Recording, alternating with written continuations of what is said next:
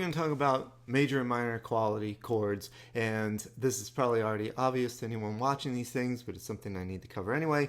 And for those of you who already know, I'm sliding in the little trick that you might have heard, which is very common chord progression, so this is something you need to know anyway. Major and minor, right? These are the two basic triadic qualities in tonal harmony. So most of the chords that we use outside of seventh chords and added sixth chords and so on that we'll talk about later are of this quality, of one of two, maybe three qualities. There's the, or maybe four actually, there's the major, right, which is root, third, fifth. In this case, this is a C chord, so C, E, G. We've got minor, right, C, E flat, G. So one tends to sound happy to most people, or at least stable, and one sounds sadder, melancholy, or less stable. Then there's also diminished, and there's also augmented, which are more dissonant chords that we'll deal with later. We don't need to worry about that right now.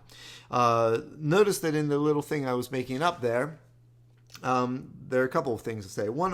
First of all, there's a descending bass line, and then it does it again.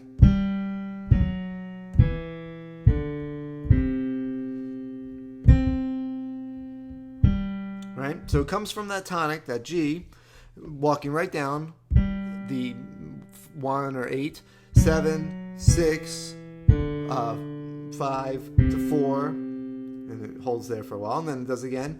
8, 7, 6, 5, 4, then I just did an octave up, 4, 1. Now, the structure of my little tune here is basically working to keep with our theme about concerning ourselves with reduction. The basic theme is just a set of parallel tenths above that. That slips by it, and then we get this, which is just a sixth above the bass to a fifth above. And then I do it again. And then I jump up a tenth above this bass, more than a tenth really, an octave and a tenth. And that's just an arpeggio of C chord, then an arpeggio of C minor, and then the sixth above the bass to the third above the tonic. So let's hear that one more time, and then I want to talk about the major to minor motion.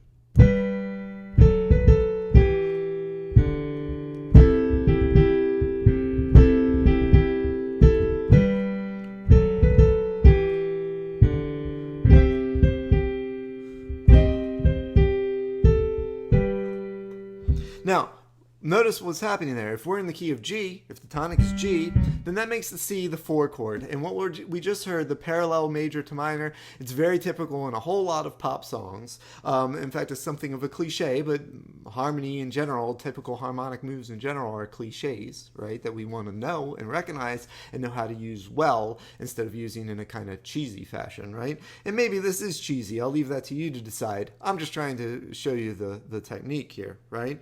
So in that case, we've had two drives down to that C. The first drive takes advantage of the idea that a C chord can also have an added sixth, that either a tonic or a subdominant chord can have an added sixth. Any chord can have an added sixth, but those two very typically have them in popular music. So I'm kind of taking advantage of that. And then leading back to, and now this time I have the,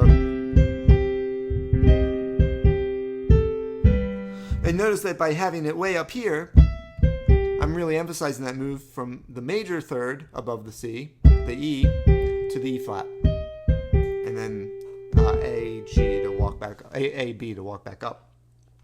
So two things to keep in mind then. For those of you who are very new to harmony, we have two basic chord qualities that we're concerned with: major and minor. And one cliche, for those of you who already knew it, and even those of you who didn't, one cliche that often appears in popular music, especially also in some classical music, is this shift from a major 4 chord immediately to a minor 4 chord, and then resolving back to the tonic.